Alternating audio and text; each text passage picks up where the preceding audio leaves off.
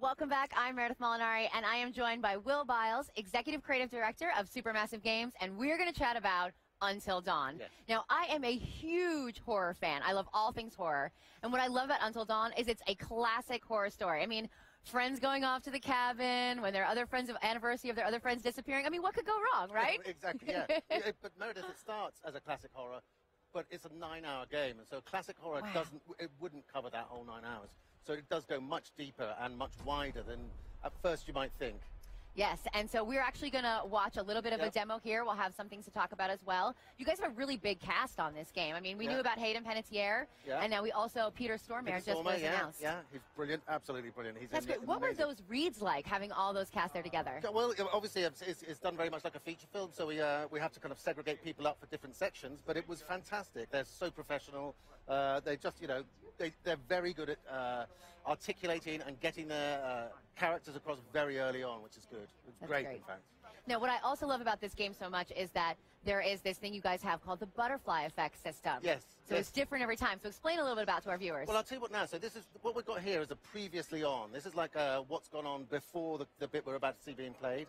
And it's bespoke for every character because every decision that they make potentially has a butterfly effect for what's going to happen next. So I don't know what's going to happen when this demo starts because this butterfly effect section will be bespoke to what that was. It's kind of like from the old chaos theory, you know, where a tiny little incident can effectively make a hurricane off down the road. It's that thing, is you can make a tiny decision that will just have so much knock-on.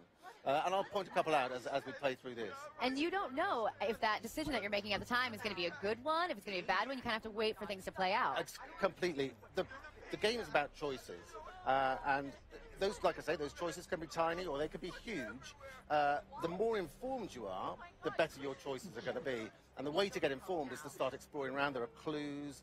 Hopefully we'll see one of the totems, which is a collectible, which kind of gives a kind of premonition of what might happen. So, yeah, the informed decision is the best way to play it. Okay, so what if I'm making these decisions, I'm playing through the game, and I'm like, you know what?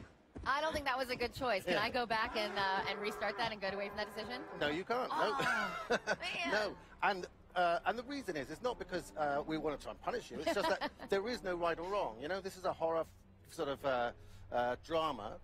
People die and people survive. You know, there's all sorts of outcomes that can happen. None of them are bad outcomes. I'm guessing most people will go to keep everyone alive.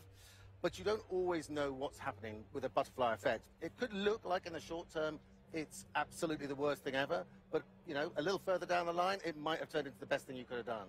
So is this one of the totems, the little doll head that we just saw that you collect? Yes, that's completely it. So what happens with these is that they're collectible throughout the game. Some are easy to find, some are hard to find. If you get one, there's like a Native American butterfly symbol on the back.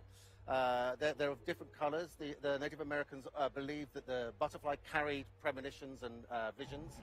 And we give you a possibility of one of the futures that you've got. So you get a little glimpse. It's like, oh, am I going to pay attention to that or not? I don't know, but it gives you a chance. So this is the game started. This is Matt and Emily. We kind of missed the previously on. They are on the edge of a cliff, and there are a bunch of what look quite aggressive deer. How these deer act depends on what happened before. You've got an axe here, and you're kind of walking your way through the deer. They're backing away, but you will get a decision very shortly.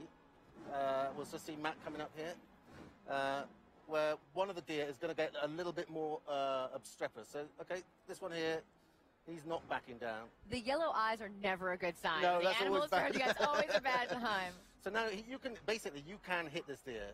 Or not, you know what? No. And did you see the butterfly butterflies, effect? yes. So the fact that he didn't hit the deer has changed that story now, completely. So from now on, that's a different story that's going on. So you can play through this game multiple times, and you can have a different experience every single time. Absolutely. You know what? I mean, without giving too much away, if he had the deer, Emily could be on her own now. Uh-oh. Could be. I mean, could not be, necessarily. Maybe, possibly. Okay, so I want to talk a little bit about the power of the Killzone Shadowfall engine and how that affected the design of this game. So the Shadow Killfall engine is fantastic. It was brilliant. It was a brilliant starting point for us, but we did have a couple of things we wanted to do on top of it. One of them is just nighttime. You know, nighttime in games is harder than it looks. It's you think just dial down the light, but you can't do that. In order to get darkness, as you can see in this, real darkness, but that you can see the stuff that's going on as well, you have to have high contrast lights, the same as movies. So we've had to come up with a lighting system. We've got some really clever engineers at Supermassive, and they've come up with this system that genuinely I don't think I've seen in any other game now. And the other thing that we've got is, if you could just see his hair, can you see the backlighting across his hair? Little halo effect. Yeah. Well, that's, again, a bunch of stuff that we wanted to try and get, because we've got character-based stuff. We wanted to get that real feel of believability. So we've got some order-independent transparency. Here comes a premonition. Okay, turn over that. Okay, so that's quite violent. I know. Oh, my gosh. So that's a warning. Yeah, maybe put that one back down. Yeah. Walk away. Yeah. But that now has given you a bit of information for something that's going to happen a little later on, where you're going to go, okay, I've seen that. I know what's going to go on there. Wow. So, you know, it kind of balances it up. So you have to remember those things then as you're playing later in the game when Completely. they come back up. Yeah. Wow. Okay, so you guys, when you have a pre-order, there's a special bonus that you get with your pre-order. There is a special bonus with these two characters in it. Yeah, it's an extra chapter. It's not quite standalone, but it's just an extra chapter, and it's not for any money. And I think it's just pre-order. Wow, that's awesome. Cool. All right, guys. Well, Until Dawn is coming out on August 25th. It's so close. I know. Oh, so we're waiting so long. So definitely go ahead and check that out. PlayStation